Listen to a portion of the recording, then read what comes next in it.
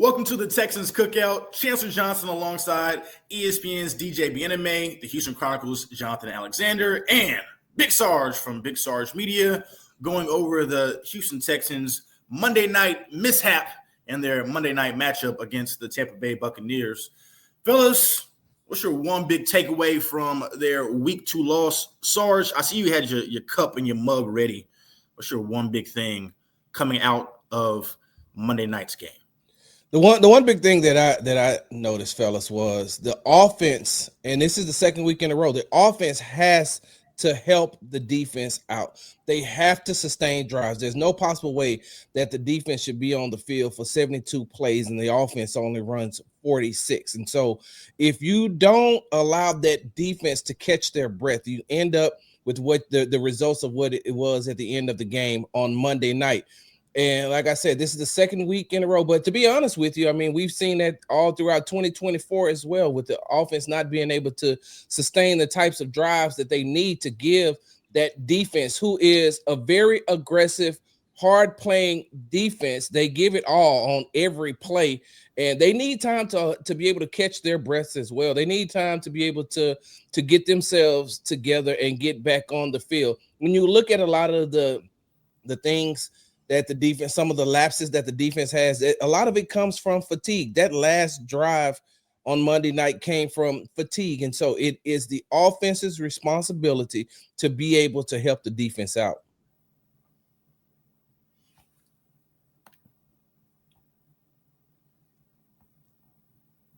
DJ? I'll mute your mic, sir. Yeah, you trying to talk trash to Chance and your mic's on mute. What took you so long to get to that? What took you so long to get to that? It took you like 5 seconds to say, DJ, come on, Mr. Host. And you was on mute.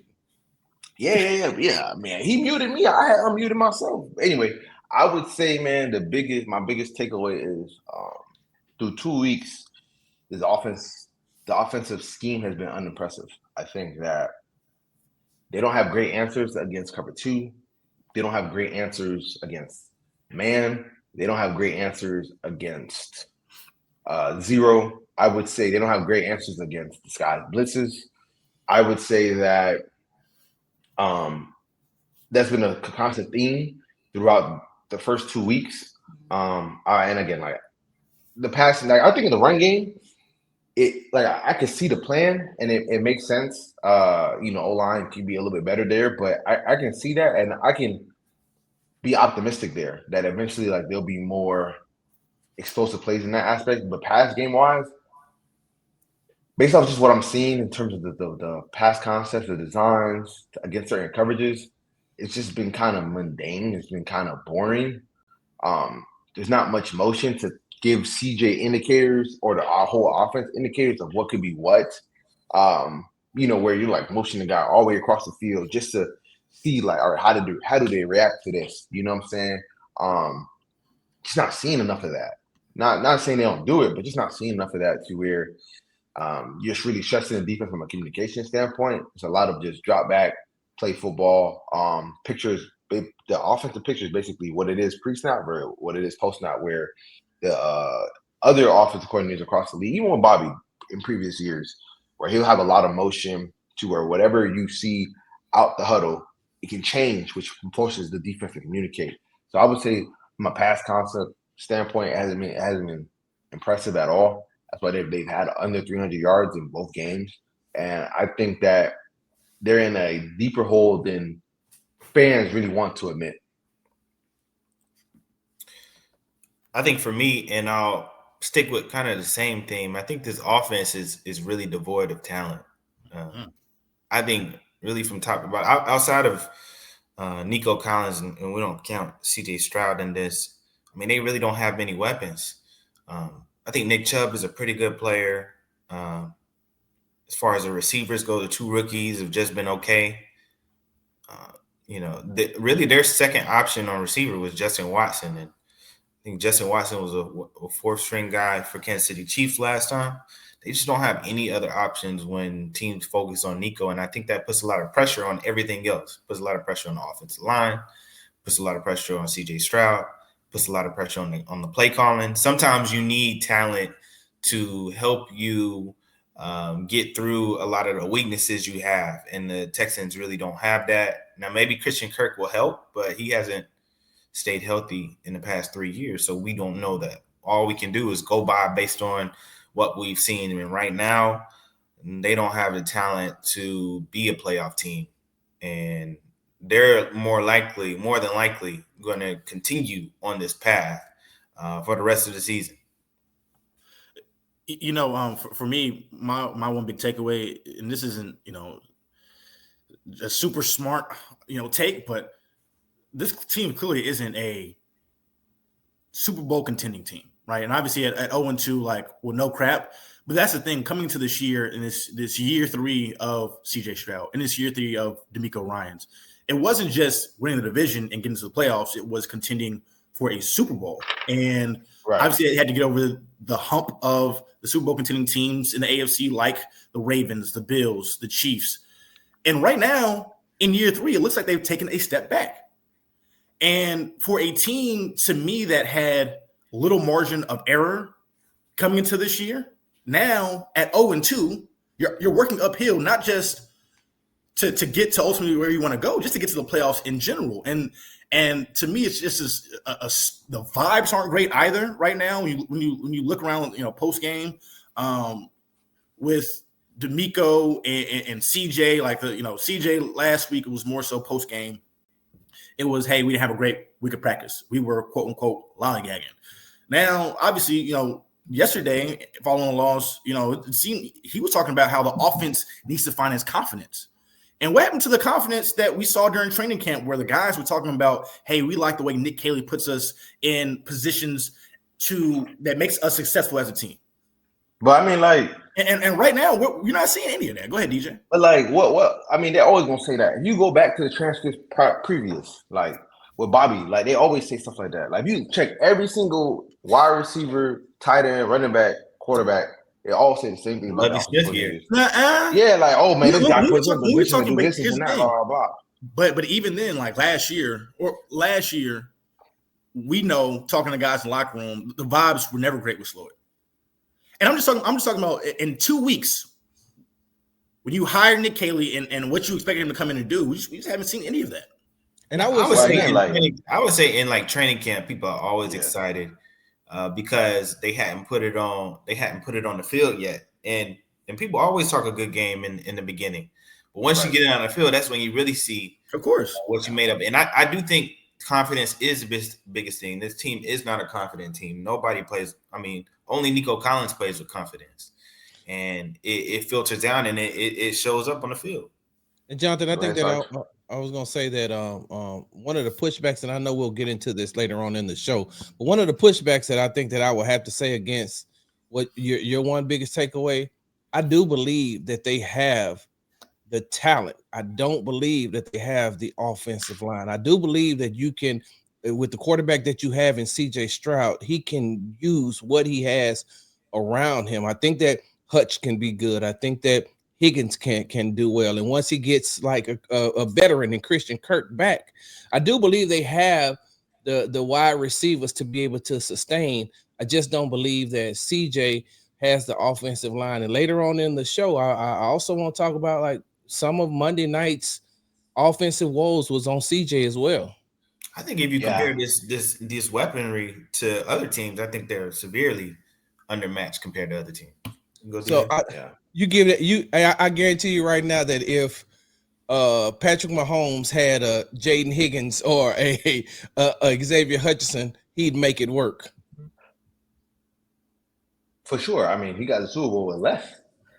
So he got Super Bowl with less. So I think he'd make it work. But I think that doesn't diminish what Jonathan's saying. But I don't disagree with you. I think last night was probably bottom 5 film that CJ's put out since he's been a Texan, easily. I know we'll get to that. It's interesting, DJ. You talked about how the Texans are in a deeper hole than fans would want to admit. From what I've been able to tell, I think fans are admitting, no, this is extremely concerning. Yeah, it's concerning, but I think they have some optimism. I don't have any optimism because we have seen that they're going to prove me wrong. We have seen since July. This is how the offense has looked consistently. Like, there has never, ever been multiple days back-to-back where the offense looked good. It's been like that since July. If you've been at training camp, like, think about it. Ask any fan that's been to practices. How many times did they go, woo, with the starting offense? It wasn't that often. It was not that often. Do it again, DJ. What is it? Yeah. You didn't see a lot of that. You didn't see a lot of that throughout training camp practices. They did that when Tank walked on the field. Yeah, you saw that when you see Andre Johnson walking on the field. You see Taylor walking on the field. That's when you hear the cheers and whatnot. But again, there weren't that many days where the offense was truly dominating. Even with Slowick last year, where the offense obviously wasn't as good as we thought it would be, they had days where the offense dominated. Like, there was a day where Stephon Diggs scored like 3 touchdowns. There was a day in Cleveland where the offense was dominating them after getting their tails kicked the first day. They dominated that next day. There were days where, like, they were truly putting their stamp on how good of a unit they could be. And then we saw it early on where they went for over 400 in week 1. They went close to 400 in the second week. Obviously, they struggled against the Vikings, but then the next 2 weeks, CJ threw for a bunch of yards against the Jags and the Bills, and they start out 4-1. Yeah, but DJ, hold on, DJ. Hold on. Go ahead. I don't want to push the narrative that the sky is falling after 2 weeks because it's only been I'm pushing that. I'm pushing that. The sky is absolutely falling. Okay, so hold on. So their next 2 games against division opponents. If they beat the Jags, they beat the Titans. They're 2-2, and they lead the division. Now, what are we talking about? We're back and saying they might not lead the division. The Colts are still 2-0. Yeah, still 2-0. The Colts as of right now are still 2-0. The Colts aren't 2-0 in the division. They get up in the division is what I'm saying. They win the next 2 games. But you need the Colts to both lose both of their games. Listen to what I'm saying. They have a 2-0 start in the AFC South. That's what I'm saying. They play 2 division opponents the next Colts, 2 weeks. The Colts play the Titans next week. So, like, if they beat the Titans, then, like, everything you're saying is void. But what if they lose to the Titans? So yeah, but okay, that's fine. But beyond that, they play the Ravens week 5. We can already mark that as an L. We can already mark that as an L. All right, so listen. So they'll be 2-3 going into their bye. But listen, let me tell you something. The Houston Texans have the same issue. I mean, not the same issue. The Houston Texans have the same good problem that the Astros have. One of the reasons why the Astros are able to listen to what I'm saying before you get upset, Daniel. The Texans ain't won no championship. We can't compare them to the Astros. Go ahead, DJ. Live in the now, DJ. We're talking about right now. I'm talking about right now. I'm not talking about in the past. The Astros like double digits over 500. The Texans are winners. They only played the Texans only played 2 games. DJ, listen to what I'm saying. Listen to comprehend and not to respond. Okay, I'm doing both. Yeah, no, you're not. You can't do both. So, with that being said, you better be glad I'm not hosting this because I'd have muted your mic already. But with that being said. And Chancellor would understand this because and Chancellor has covered baseball. And that's no shot at you, Jonathan. That's a shot at DJ. But Chancellor, you know that one of the good problems that the Houston Astros have had is that they've been in a terrible AL West for a long time. So no matter how bad they look, they're still in contention to win because the Mariners aren't really that good. The Rangers aren't really that good. What's the other team that's in that division? The Rangers, Mariners, Athletics. At the A's, they're not even in Oakland anymore. They're over. They in Las Vegas now playing at a high school baseball field. So when you look at the AFC South, they're not a strong division. So as long as the Houston Texans can hang around, they still have an opportunity to get themselves back. If they get themselves back on track, they still have an opportunity to once again win the AFC South, get themselves into the playoffs, and you never know what can happen. You never know because we looked at the way that the Jacksonville Jaguars started out in 2023, right? And how did they end? So that's all I'm saying. All I'm saying is that I don't want to say the sky is falling after 2 weeks. I want to see what they're going to look like. We can revisit this conversation after the first quarter of the season, which is the bye week, but I'm not ready to just say, I mean, they lost to 2 really good teams and they barely lost to those teams.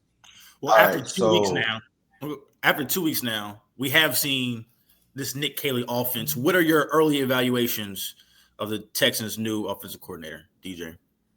Hold on. I gotta respond to Sarge quickly. I'll make it quick.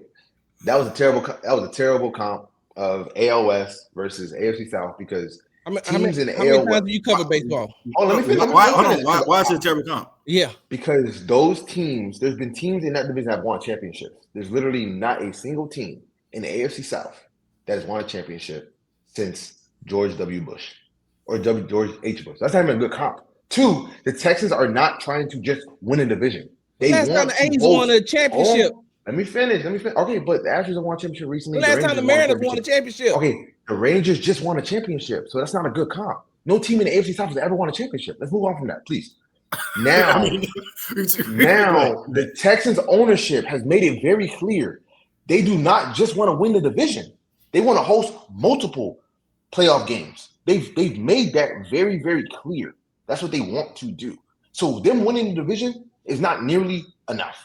Two, it's about competing with Kansas City's, the Baltimores, and the Buffaloes of the world. Right now, they're not there. And yes, they barely lost. But this has been a problem since DeMeco's been the head coach, where they barely win games. But they the barely sky sneak isn't by. falling. It is falling, but I ain't say it's hit the ground. It is falling though because they're in a tough position. Now, back to Chance's question, I'll let you guys go first to answer what y'all think about Nick Caley's offense. Jonathan, what's your take on Nick Caley through 2 weeks? I mean, it hasn't been good. Like, we've been talking about it all day. The play call has been uninspiring. There have been penalties. There have been sacks. There have been, CJ Stroud has missed a couple of throws. There have been all these different things to combine. It's not one big problem. Like, you can't place it on one person. But this all does fall on Nick Caley because it's his offense. And, I mean, I don't know what he's supposed to do to figure it out. I don't see a solution in hand unless Christian Kirk really elevates what this offense can do. It would give the Texans another weapon. But I think, to be honest with you, I think the only way this offense turns around is if Christian Kirk becomes healthy and Joe Mixon appears. I think that's the only way that this offense becomes any good. Because then you'd have at least 3 weapons at that point and have multiple options to beat a team. But I don't even know if those scenarios will happen. And right now, there's question marks if and when Joe Mixon comes back at all. Sarge, what about you? What is your 2-week evaluation of the new OC and Nick Caley? So I'm glad that you asked me that. I think that DJ was talking before we started the show, and I definitely agree with him. And when I make this take, so God, what is the? I can't think of what is the coach? Who's the coach for the New Orleans Saints? It used to be the offense coordinator for the Dallas Cowboys. Kellen Moore, right? Kellen Moore, if you go back and you look at his time with the Houston Texans, with the Dallas Cowboys, when Kellen Moore was the offensive coordinator for the Dallas Cowboys, you could see the first 15 plays looked amazing. The rest of the game, horrible. He looked like he did not know what he looked like after those 15 plays. After that, he looked horrible. And I think that DJ said it best before we started the show, is that when you look at how his first 15 plays, I'm talking about Nick Caley, afterwards, he looks like he's trying to put it together, looks like he's trying to get it together and trying to figure it out as he goes along. And you cannot do that now. You could have done that if you were hired before Bobby Slowick, but Bobby Slowick has taken all of your first year play calling excuses away. The Houston Texans fans, the Houston Texans organization, they don't want to hear, oh, this is my very first time calling plays, because they've already been through that with Bobby Slowick. And so you needed to hit the ground running. Now, real quickly, I don't want to get long-winded because I know DJ has to go, but I will say this. I said this on my show on Monday before the game. The Texans can't afford not to be successful this season with Nick Caley, because if so, that means that you went out and you've gotten 2 first-time play callers instead of going out trying to find, I don't care how you get them, by hook or crook, instead of getting an experienced offensive coordinator to go with your young quarterback. And so unless Nick Caley and CJ can get on that same page, turn it around, and get themselves going, we're going to be talking about this in week 10. We're going to be talking about this in week 11. But before DJ goes, Chance, another thing is we cannot blame this all on Nick Kayley. Cole Popovich has to take some of this responsibility because it's his job to have those offensive linemen ready, and they're not ready. How much of this falls on the QB1 and CJ Stroud, especially after week 1? I didn't think the loss was on him. Week 2, I certainly didn't think that CJ Stroud necessarily helped the team the way that he is capable of. DJ, I should say. How much of the early struggles is on CJ Stroud? Yeah, I think yesterday. I think week 1 he kind of carried the offense. I think week 2 he played a big part in them struggling too. Because there's a lot of missed throws, like obviously late in the second half where he misses Xavier Hutchinson on the in-breaking route. That's uncharacteristic. D'Amico made it very clear who he was kind of pinning. Who was pinning blame on the 1 yard line stuff. Because he said we have Nico in the corner, and mind you, there was 2 plays where Nico is in the corner, and he said we throw the ball out of bounds. You know what I'm saying? So it was very clear, like this past game, like he almost threw a pick. Like think about it, when they kicked the field goal to I think make it 14-13. He threw it to the lineman. He almost threw it to the lineman. Well, not the lineman. He threw it to Levante David. So I think, as I said, like this is probably like bottom 5, some of the worst films that CJ's put out prior. Like this was way below his standards, But again, it's not all on him, right? Like he's starting to get a little skittish where he's kind of looking at the rush, where his eyes are kind of going down. You can see him kind of looking at the rush, kind of get a little antsy at times because he's been hit so much, and it's kind of like he's going back to, man, are we going through this again at times? So it's a combination of a lot of things from, CJ getting a little skittish in the pocket, inaccuracy starting to be affected, to Nick Haley's play calling to make it easier for CJ, to the offensive line not being, up to par, which was very predictable. I mean, you hear people talk all that new attitude, new mindset, gonna be tougher, rougher, and like, hey, all that sounds good. If you can't block the guy in front of you, all that does not matter. You know what I'm saying? So, everybody has a piece of blame in this, and we're gonna see if they can dig themselves out of this hole. Because again, 0-2, 41 teams since the new playoff format have started 0-2, only 5 have made the playoffs. Obviously, Texans one of those 5 in 2023.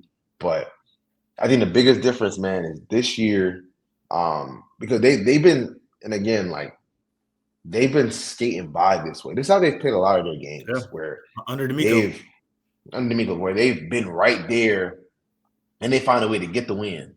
So they win a lot of games last drive where the defense has to make a play or the offense has to make a play. And if you live in that space, eventually you're going to have a season where it flips back the other way. We've seen it countless times, like with the Vikings, 2022, right? I think they go 14-3 or something like that. But they win a lot of one-score games. The very next year, they go 7-10, where a lot of those games flipped back the opposite way. We saw that with the Raiders in 2021, where they basically made the playoffs with a negative point differential because they won a lot of games on last seconds type things. And then the next year, I think they go 6-10, 6-11 or something like that. Whatever that record was, that's where they go. And that's a consistent thing, right? Like if you live by the skin of your teeth, eventually it's gonna backfire. Because think about it, how many games since they've been under Nico have they actually blown somebody out? I can tell you Steelers, Jags in 2023, Titans at the end of the season, right? Then the next year, 2024, we have I'm blanking. We have Titans. I believe they blew them out, and the Patriots. The Patriots were not a good team, right? That's literally it. So I think there might be and the Cowboys. So we got 6 10+ point wins or convincing wins since D'Amico has been here, where a lot of the games have come down to the last drive, where it's like it can go either way. And a lot of NFL games come that way, but good teams have blowout wins also. And they've always been living on that edge. And now the coin is flipping the other way, because D'Amico is right. Like a couple of plays, they could have been 2-0. But why is it always like that going into year 3? Why is it always a couple more plays, we could have won this and that? Now those plays aren't going your way. Because again, like if they get the sack on fourth What down, Pep be telling you? Shot clock. yeah, that's fine. I'm gonna keep going. If they get the sack on Baker, they're 1-1. Or if Dari doesn't fumble, they're 2-0. But if, and when you live in that, those ifs can go against you. Jonathan, what is your have you thought about CJ these first 2 weeks of the season? How much of the onus on the offensive struggles is on the QB1? Yeah, I agree. As far as I thought week 1, I thought CJ Stroud basically carried the team. Now he didn't put the ball in the end zone, but he carried them that week 1 and made do. Despite having a lot of pressure. This game, he started out quick, but really trailed off at the end. There was a lot of, it looked like footwork issues. He got nervous. When the rush came his way, made incorrect decisions, did not hit guys who were open. I do think a lot of this falls on him. And one stat that really stands out through 2 games is the Texans are the only team in the NFL without a red zone touchdown. They're 0-3 in 2 games. And, you're not going to win that way. So I do think CJ Stroud has a lot of culpability, particularly with this second loss. At the same time, it's a lot going on. No talent, bad play calling. The offensive line is not always great. They commit too many penalties. They set themselves back. They're always in 3rd and long situations. I don't know what you do at that point. Sarge, I know you want to play some of the onus on a man sitting in one of the suites and Nick Caserio. How much have the early struggles been on the GM and his roster construction, particularly on the O-line? Thank you for unmuting my mic. And look, hold on, because I don't want people to think that me and DJ always go at each other. DJ, you made an excellent point in your last about Nick Kayley. CJ and the offense, and then everything that you said. And I was just going to add to it. It's crazy because if they don't score that, if Nick Chubb doesn't score that touchdown, they're playing for a field goal. they're playing for a field goal, but Nick Chubb just happens to score, which further proves my point. What I put into the group chat about them letting them score. But Chance, to answer your question, because you asked me about Nick Caserio, I do believe that the offensive line woes over the last 2 seasons has been you can attribute all of that to Nick Caserio, because we all have been at training camp. We've seen it at practice. One of the mainstays on the field at the end of the field, holding a play sheet, taking notes, holding whatever drills that they're about to go through, is Nick Caserio. He stands on the field like a coach. So last season, when the offensive line ended as one of the worst offensive lines in the NFL, you watched that. You watched it from training camp all the way through, and you never went. And in the following season, you go out, and this is the offensive line that you put on the field. Now, look, hey, D'Amico has to take some blame, of course, but D'Amico can only tell you what he needs to cook. You got to go out and get the groceries. If he tells you he needs this to make this work, it's your job as general manager to go out and do the best job that you can to get it. When he tell you that he needs offensive linemen, and then you go out and you get him Ed Ingram, you get him Laken Tomlinson, you get him Jake Andrews, you get him an injured Trent Brown. You brought in players that other teams didn't even want anymore. And you thought that you remedied all of that by saying, well, I'll trade Laramie Tunsil and get rid of Kenyon Green. Wow. You got Laken Tomlinson, who's been in the league forever, and although he's played a lot of games, he still is not effective. Ed Ingram was benched last season with the Minnesota Vikings for ineffective play. His head coach said, we put him on the bench because he wasn't playing good, so we benched him. And this is your starter right now. Last week, you had Cam Robinson in the game, who slowly declined when he was at in Minnesota after he left the Jags, who were happy to get rid of him.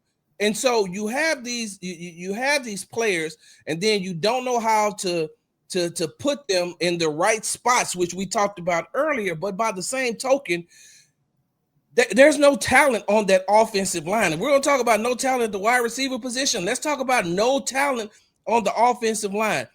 The best offensive lineman that you have is Titus Howard and the rookie, Ariante Ursery.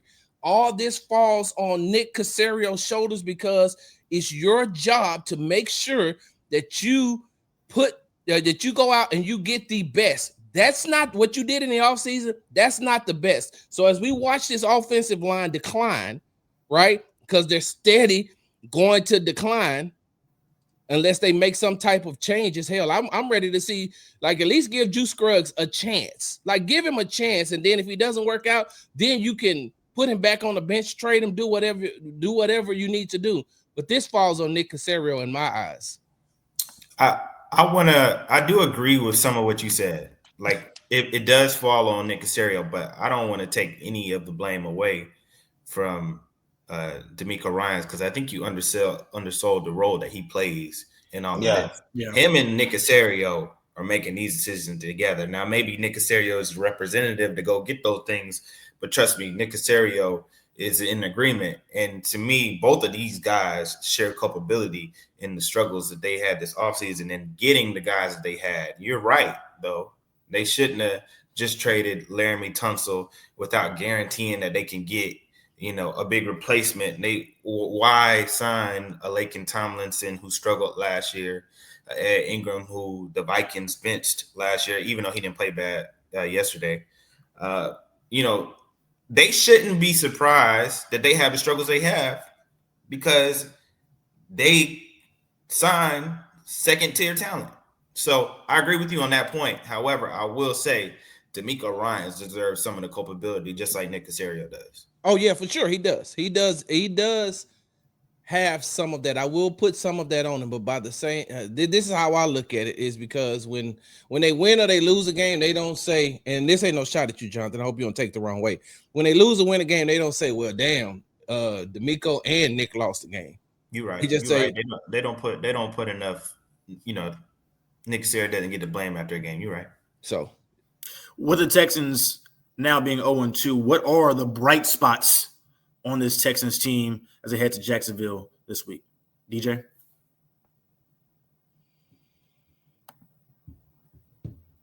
Yeah, I would say defensively, I feel like they're still pretty good. I think if they had competent offense, or not, I think they had a good offense, they could be like a top 5 unit.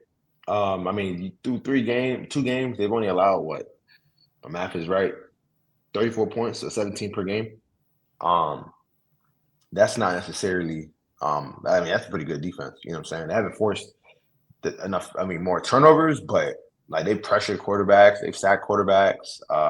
They've only allowed 4 touchdowns. Well, technically 5, but whatever. They've done enough to keep the offense in the game and whatnot. Like they haven't been, because some teams, like I'm trying to think who like, let's say if this was the Panthers offense, right? Or the Panthers defense or whatever.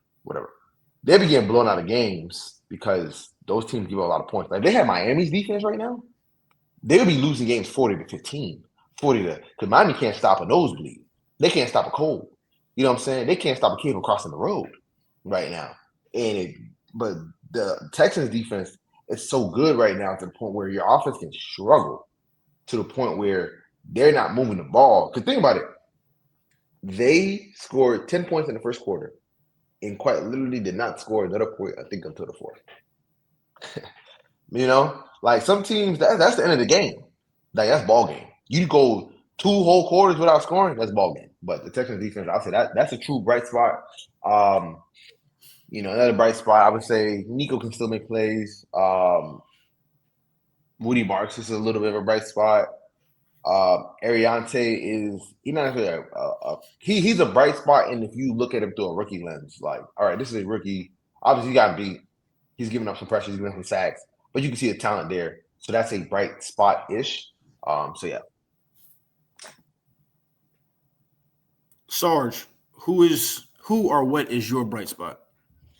My bright spot would be rookie running back Woody Marks. I definitely like what I seen from him on Monday night, and I had predicted early in the season that if Joe Mixon is going to miss a significant amount of time, I can see him potentially taking over as the starter role in the starter role at the running back position, especially if Damian Pierce is going to continue to be a healthy scratch, especially if Dare Ugabawale is going to consistently have issues when he's in the game. And now you're down to just Nick Chubb and Woody Marks, and I like what the younger back is going to give. So I could see him, potentially before the bye week getting a starting role. But what he did on Monday night in the run game, in the pass game, and there was one play that he picked up a blitz that gave CJ a little bit more time to get the pass out. And so I think that if they give him more touches heading into the Jacksonville game, I think that he will be able to produce. Looks like he's getting himself just a little bit more acclimated. Of course, he's going to continue to he's going to make some rookie mistakes, but I think that this is one of the positions that you gotta, just like with Ariante Ursery, hey, it's trial by fire. Just throw you into the fire and see how you survive. Jonathan, what is your bright spot on this team? Yeah, I mean, I agree with both of those as far as defense. That's probably one of the only bright spots. I mean, to give up 19 points against the Bucs, another high-powered offense, and 14 against the Rams is impressive. I mean, even though they gave up, or 20 points against the Bucs, even though they gave up that last second drive, they were largely good for most of the game. But I'll go with something different, and I'll say I think they found something in Jalen Noel as far as the return game goes. He made play after play and help put the offense in some good positions, even though they couldn't cash in. So several bright spots, but I think Jalen Noel is another one. Speaking of the defense on that last drive there by the Bucs, were you guys surprised that D'Amico didn't call a timeout when they got the first and goal and he let the clock run? Were you guys surprised he didn't call a timeout and stop the clock there? I mean, not necessarily, because he was probably betting on his team to make a play. You let the clock roll, you give them less chances to take shots in the end zone. So I wasn't necessarily surprised. Yeah, I mean, they've been in those situations so many. Like, that's probably like one of the few times they've actually given up a game-winning touchdown in that aspect. They've been in that spot so many times that I'm not surprised he just rolled with his defense. Like, his defense doesn't usually give up game-winning touchdowns in those situations like that. So, I mean, they've shut out Josh Allen in those situations. They shut out. I'm talking specifically when they got down to. No, I know that, and I'm saying, like, I'm giving you my reason why I can see why he wouldn't call it. They've been in that position before, and they just said, "Nah, we're gonna let the clock roll." I mean, I trust my defense to hold up because they were literally like one play away from winning that game. Where if they get a sack on Baker, you know what I'm saying. So I'm not. Nah, I mean, he just thought he got to make a play, and they didn't. Not me, Chance. I think that he should have called a timeout only because I watched that Dallas Cowboys New York Giants game on Sunday, and I seen the way that no game is ever over. Like, no game is ever over. So I felt like he should have used the timeout not only to just give his defense a breather, they were gassed, give them a breather, but you also I want CJ on the field. One at least to give me an opportunity to see what I can do. You never know. They can get the ball back with some time. You can get a pass interference, move the ball down the field. You can, maybe hit a big play on something. The Buccaneers defense could have had a mishap. So I'm trying to get the timeouts and get my offense back on the field at least for one more series. Yeah, they got it to the 11-yard line with about 34 seconds left, and they still had, I believe, 2 timeouts. And so then you could have had a decision. Well, you want to let them score at that point, but if they do score, you still have a couple of timeouts left to have, let's say, 25 seconds, and then you would only need a field goal to, at that point, to win the game potentially. So that's why I think there was a possibility that he could have called timeout, but obviously he did not. And here the Texans are 0-2. We'll close with this one. What is the confidence level heading to Jacksonville in a must-win game that they'll get their first win of the season on the road against a Jags team that, had a disappointing performance themselves, losing to the Bengals in a game that they could have won as well. So it's a big game for both teams, a must-win certainly for the Texans. Jonathan, I'll start with you as we close. What is the confidence level they'll get it done next week in Florida? The confidence level is pretty high only because of this one reason. I can't remember the last time the Jaguars beat the Texans in Jacksonville. I think the Texans are on like a unworldly streak against them in Jacksonville. Even in the Lovie Smith years, they beat the Jaguars in Jacksonville. The David Culley years.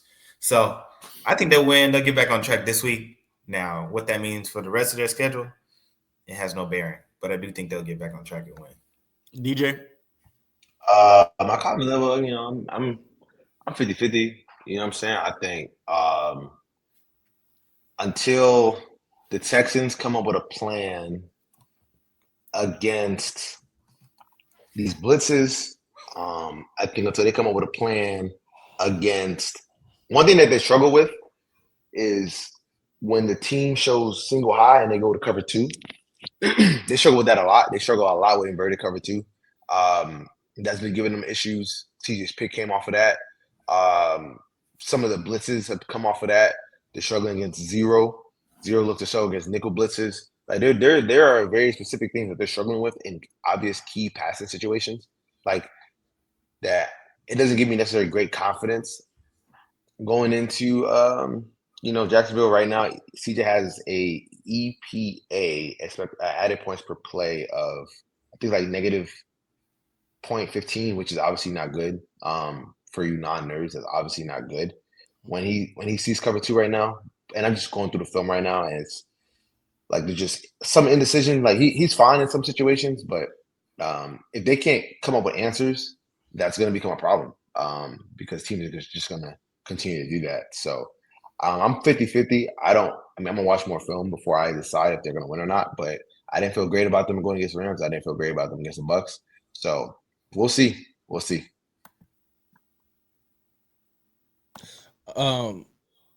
My confidence level is high for the Houston Texans, and the reason why it is because of their defense, but not so much just their defense as a whole, but in their secondary in Derek Stingley Jr. and Kamari Lassiter, because Derek Stingley, of course, is going to get locked up on Brian Thomas Jr. a lot, and I have the utmost confidence that Kamari Lassiter can play against Parker Washington, who led the Jacksonville Jaguars in receiving yards on Sunday against the Bengals with 76, and Bien-Aime Brown and Bayashu Tutin and Travis Hunter, especially. Like Travis Hunter is nothing but a college wide receiver that he shut down when he was at Georgia. So I have the utmost confidence in the Houston Texans that they can go in with that defense, with that secondary to be able to stop the Jacksonville Jaguars offense. But Chance, one of the biggest reasons I have confidence is because I think that Trevor Lawrence gets shell shocked when he looks across the line and sees number 0. I just think that he's gonna just start shaking, and when he gets out of the pocket, and if Azeez is anywhere near him, I guarantee you he's going to get down. He'll get down, but I don't think he'll be shell shocked. It's football. That man is scared of that. Well, a guy who might be shell shocked we saw last week is BTJ. And when he comes across that middle, and you see CJ GJ, or you see Azeez last week, the film. You want to talk about film? The film was bad on that when he was giving up on some on routes there. But we will certainly see next week, heading into Week 3, as the Texans take on the Jacksonville Jaguars in a must-win game. Thanks for joining us on Texans Cookout. For ESPN's DJ Bien-Aime, Houston Chronicles Jonathan Alexander, and for Big Sarge Media, Big Sarge, I'm Chancellor Johnson. We will see you guys next week.